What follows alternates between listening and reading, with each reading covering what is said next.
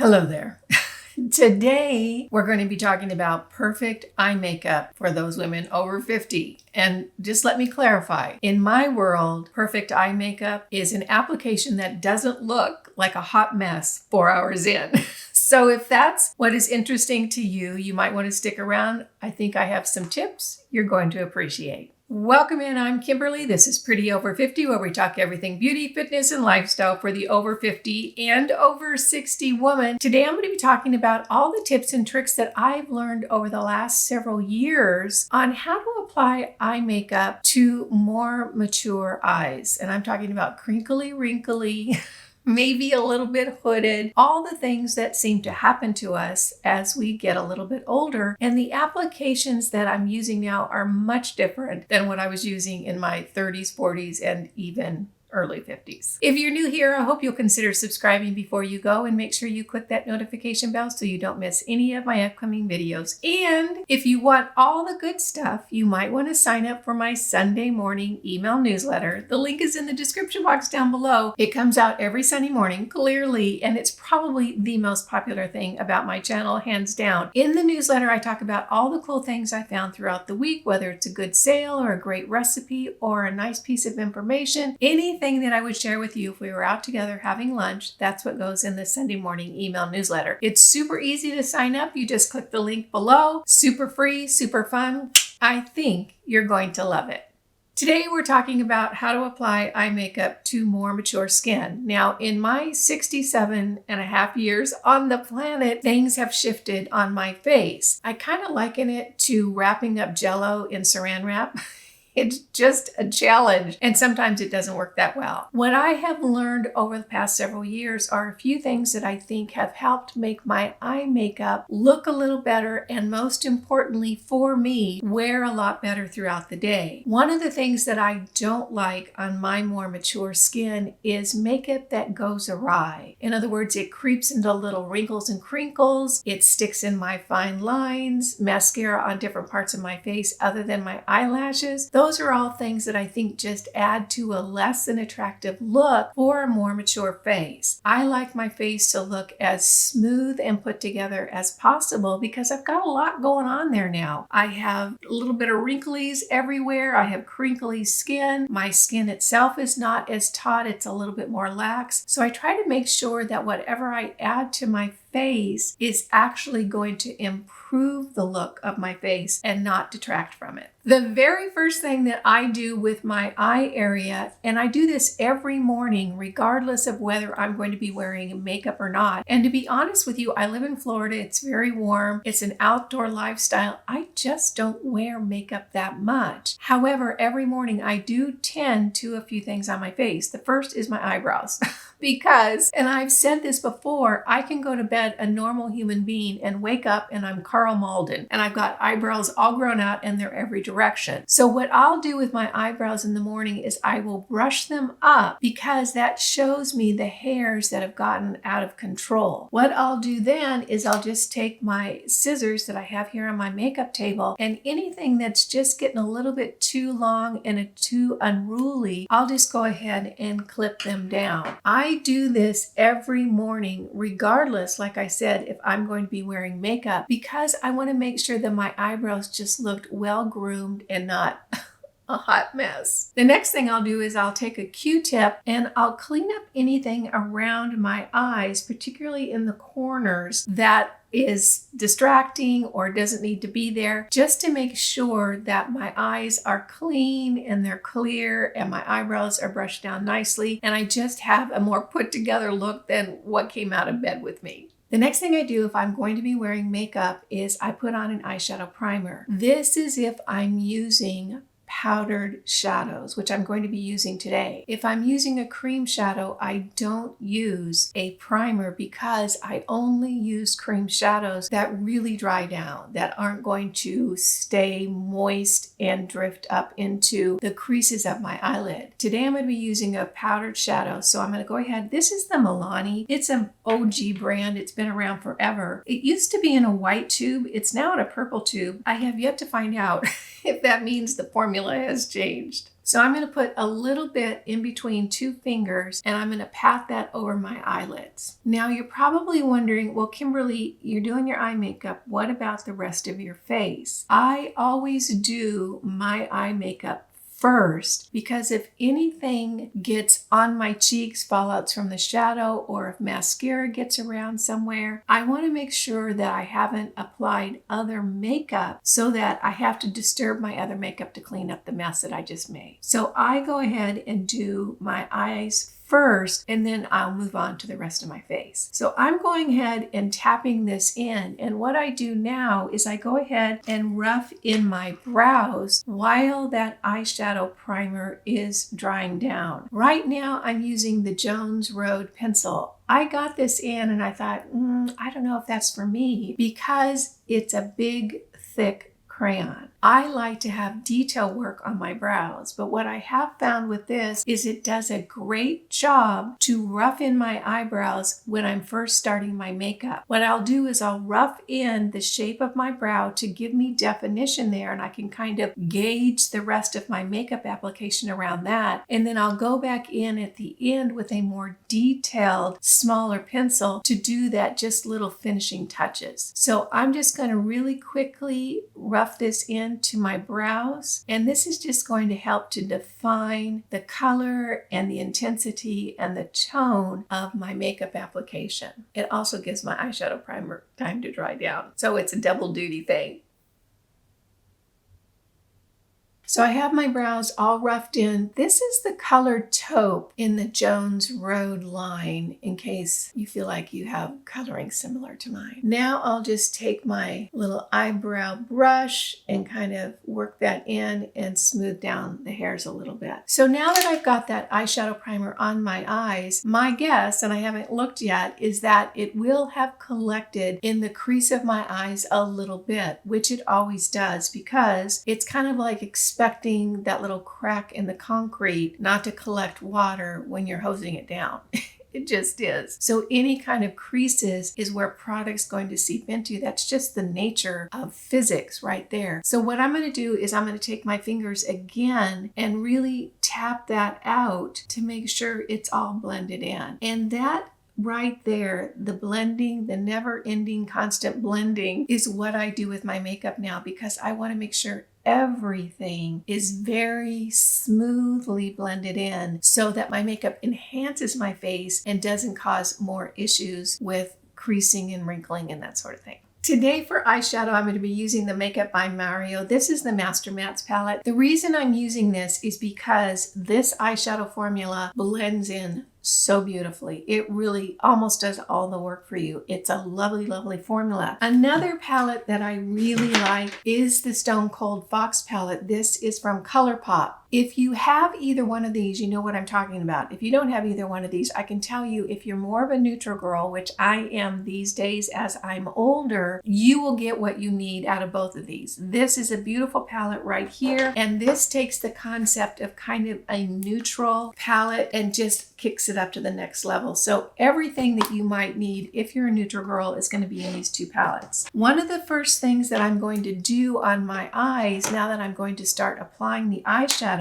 is I want to address this inner corner area right here. This might be the same for you. You might want to check your eyes, look up really closely. What I have found is that the crinklies and wrinklies in that area really stand out when I put shadow on my eyes, because it's hard to get in there and that area is very, very crinkly. So what I like to do is make sure that I lay down a really nice neutral color to fill that area in and make my eye makeup look a little smoother. So I'm going to go ahead and use the Anti-Hot and Flashy. This is the 503. I use this for almost every eyeshadow application now. It's just lovely. I'm going to clean the bristles off right there. And then I'm going to dip into this color right here. It's just a nice, easy, neutral color. It's more of a warmer tone. You can see right here, it's more neutral. I'm going to go ahead and use this one right here. Tap the excess off my brush and watch what I do with that. I'm going to just go into that corner and start applying that very neutral shade. And you're not going to see much color, but what that's going going to do is it's just going to smooth out that area, cover up any doodads, and really fill in kind of that crinkly, wrinkly area. Same thing on the other side.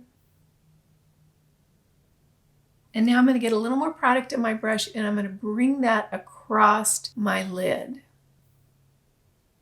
Now I'm going to take that brush and I'm going to pull my eye a little bit smoother here, and I'm really going to blend that in. I want to really focus on this inner corner of my eye to make sure that that's really smooth. And my brush strokes are super light. I'm not hardly, pushing down at all. I just want to smooth that product out into all that skin at that corner of my eye. So now I've solved the problem of that inner eye issue and smoothed it out. And as you can see on my lids now, that area where the shadow is has really covered up a lot of that discoloration, veining, and lines that I have on my lids now that I'm a little bit older, because the skin is thinner. That's why all that stuff is showing up, because as we age, our skin thins out a little bit. Now I'm going to take that same brush and I'm going to dip it into this darker neutral right here, tap off the excess, and where I'm going to place that brush first is where the most product is going to go. So it's going to be the deepest color, and then I'm going to shear it out across my lid. So I'm going to take that and I'm going to put it right there in that outer corner, dab it up and down a little bit, and then I'm going to start really blending that across in that crease area of my lid. Now again, I am just using a very light hand. I'm blending,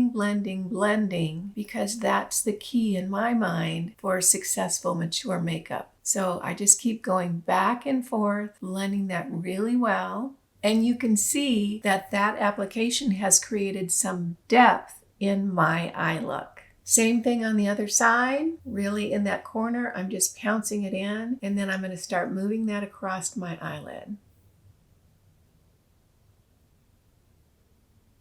You have the option now of going back in with another layer of the darker shadow, and what that's going to do is just create a little bit more depth. I'm not going to do that today. I'm just going to leave it more of a neutral, natural, everyday look. You can just stop right here, and this is a nice look, in my opinion, for a more mature woman. What I'm going to do now is I'm going to go back into that same neutral shade that I started with, get a little bit on my brush, tap it off, and I'm going to go above that crease color and just blend that in up into that area right below my brow. And you can see as I'm doing this that just really evens out that color and blends it in more nicely into that more natural skin I have underneath my brow. Same thing on the other side, and you can see the difference right here between the blending above the crease color and no blending above the crease color. It works either way. This is probably just a little bit more of a polished look. So here we have the finished shadow application. The reason that I like this look so much for my more mature eyes is that it's subtle enough that it's not overwhelming. It just gives me a little bit of depth and polish on my eyelids. It has covered up the doodads on my lids and given me just a little bit of an elevated look. However, because it's so very natural and so lightly applied, that as the day wears on, I'm not going to be bumping up against it getting in the crease of my lid and looking really, bad, just not good looking, because it's so subtle. So as the day goes on and it just sort of fades and melts into my skin, it's going to look nice throughout the day. The next thing I'm going to do now is curl my lashes. I curl my lashes every day, regardless of whether I'm wearing makeup or not. I go ahead and deal with my eyebrows and I curl my lashes, just because the very act of curling your lashes just opens up your eyes and makes you look a little bit more wide awake and fresh. So I'm going to go ahead and curl both lashes. This is the Refer Curler. It's the best curler on the planet. I absolutely love it. And everything I'm using today, I'll have listed in the description box down below. So other side. So you can see my lashes being curled have just opened up my eyes a little bit. The next step that I do is I tightline my upper lids. I do not wear eyeliner on the tops of my lids or underneath my eyes anymore at all. I love the look. I really do. And my daughter, she's 35. She has beautiful tight skin on her eyelids. She can do eyeliner in 30 seconds that just looks stunning. It doesn't work for me anymore because of the texture of my lids. It takes me so long to get it applied. Then I have to smudge it out. It just is not worth the effort. And then I have to worry about it migrating because the skin on my eyes is looser. So that means parts touch other parts, which makes things move around. On my daughter's eyes, it looks fabulous all day long. On me, it just doesn't last that long. So I don't use any liner on my upper lid anymore or my lower lid. That's just my personal choice. If you have eyelids that are a little less crinkly, it might look beautiful on you. I know there's some older women that do wear eyeliner on their upper lids and it looks fabulous. Me, not so much. So I'm going to take this. This is a Maybelline. It's a black pencil. And what I'm going to do is I'm going to run it right underneath my upper lashes. And the goal here is not so much to hit that skin, it's to hit all those spaces in between your lashes. So that's really where I'm focusing, is in between each one of those lashes and getting that really, really filled in. One thing that you can do with this tight lining is if you've tight lined early in the morning and you're still going and you're heading into an evening event, you can go back in even with mascara on and tight line again, and it will snap your makeup up. It'll just look a lot fresher. So keep that in mind. You can go back and redo this during the day because sometimes it just does wear off a little bit. So other side.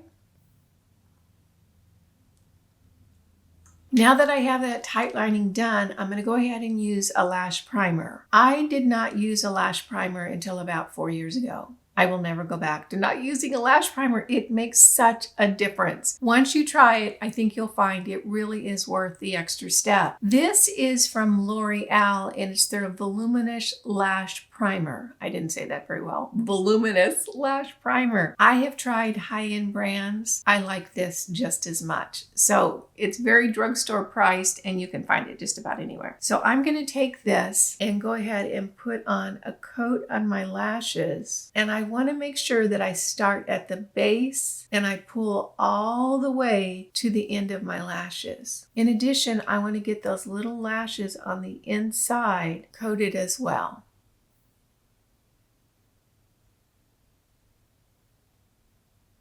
So I'm going to go ahead and let that lash primer dry. I know a lot of people go right in with their mascara. I don't. I let it dry. And this is when I do the finishing touches on my eyebrows. This is a little e.l.f. pencil. I think it's in the color taupe again. And this is what I do my detail work on my brows. So I'll go back in and the first thing I'm going to do is I'm going to really enhance that line at the bottom of my lashes. So that goes in first. And then I'm going to take that up and fill in any empty spaces so that I have a nice consistent depth in my eyebrow. And now watch what I'm going to do at the very end. I used to pull my eyebrow down and all that did was bring my eye down and close off my eye. What I do now to pull out that tip is I will bring it out instead of down. And you can see what this is going to do to really open up my eye and elongate that shape of my eye. So instead of bringing it down, I now bring it out. Same thing on the other side. First thing I'm going to do is I'm going to focus on that bottom line and get a nice kind of clean line there. Then I'm going to go back in and fill in any empty spaces. And then I'm going to bring that tip out. And you can see that just creates a more elegant finished look for your eye makeup, really working with your brows to make sure they have a beautiful shape and that they're more out instead of down, if that makes any sense. Now I'm going to take a brow gel. You can use any kind of brow gel. I've used a million different kinds. I don't know that one is really better than the other. This one is from Maybelline. It's called the Brow Fast Sculpt. And it has a little bit of color in it. And what I'm going to do is I'm going to brush this through my brows and just really set them down in place. My brows will move around during the day if I don't do this. So this is why I make sure that they're kind of locked in place. If you have wild brow hairs, particularly underneath your brow, and sometimes they're hard to see because they can be a light color, you can take your little face shaver and go in there and clean that up. Just be careful, clearly. You're an adult. You know how to handle yourself. You can really clean that area up and get any little errant hairs out with your little face shaver. Okay, so now I have my brows completed. Now it's time to go in with my mascara. This is, I'm using the Queen Musia. I really do like this mascara. It comes in a green tube.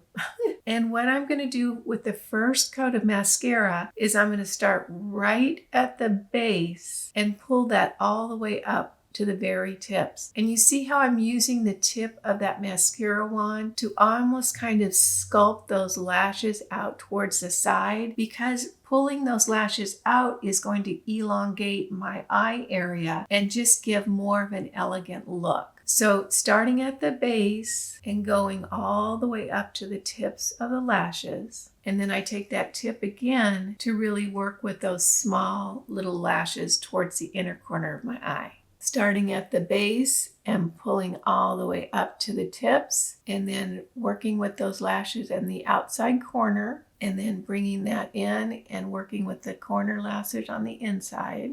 So here is one coat of mascara. That's all I'm going to do today because I'm not going anywhere fancy. If I was to put on a second coat of mascara, I would only do the tips because there's plenty of product at the base of my lashes. There just is. And what I do with the second coat is I want to enhance the length of my lashes. So that's why I would only do the tips of my lashes. It also really cuts down on the clumping with your mascara if you only do the tips on the second coat. So here we have a very clean, very natural, very wearable look for very mature eyes that does a few things. It enhances the shape of my eyes. It's covered up the little doodads on my eyelids. I've cleaned up my brows and elongated my eyes by pulling out the tip and also working with the lashes at the outer corner of my eyes. And most likely, it's not going to end up all over my face later on in the day. One thing I want to tell you to be careful of is when you have wet mascara on your face and you're a little bit older, it can really move around your face. In other words, if you just look down, because eyelids are not as taut as they used to be, that skin can move forward and hit that eyelash and wet, and then you got mascara on your eyelid. Or I have even had it get on the bottoms of my eyes from my upper lashes by blinking and looking down before the mascara was dry. You can see I don't wear anything on my lower lashes because it's going to end up on my skin. Because look, when I do this, all that crinkly, wrinkly stuff hits those lashes. If there's any oil on my skin or any humidity in the air, that's going to end up on my skin. It didn't used to do that when I was 30. It certainly does it now. So I just completely stay away from anything on my lower lashes or underneath my eyes other than concealer, because it generally ends up in a place that I don't want it to be. All right, I'm gonna hop off now, do the rest of my makeup, and I'll be right back. Here we have the finished look. I hope you found these tips for doing eye makeup on more mature skin useful and helpful. The top things I can say are blend, blend, blend. Make sure that what you put on your eyes doesn't end up somewhere else, and make sure that it's nice and subtle so that as the day wears on, it enhances the way you look, doesn't detract from it. If you found this video fun, useful, and helpful, go ahead and give it a thumbs up. You guys know it just tickles me when you take a few minutes out of your day to spend it with me. I appreciate that, and I appreciate you. Again, I'm Kimberly. This is Pretty Over 50, where we talk everything beauty, fitness, and lifestyle for the over 50 and over 60 woman. Make it a great day, and I'll see you in the next video. Bye now.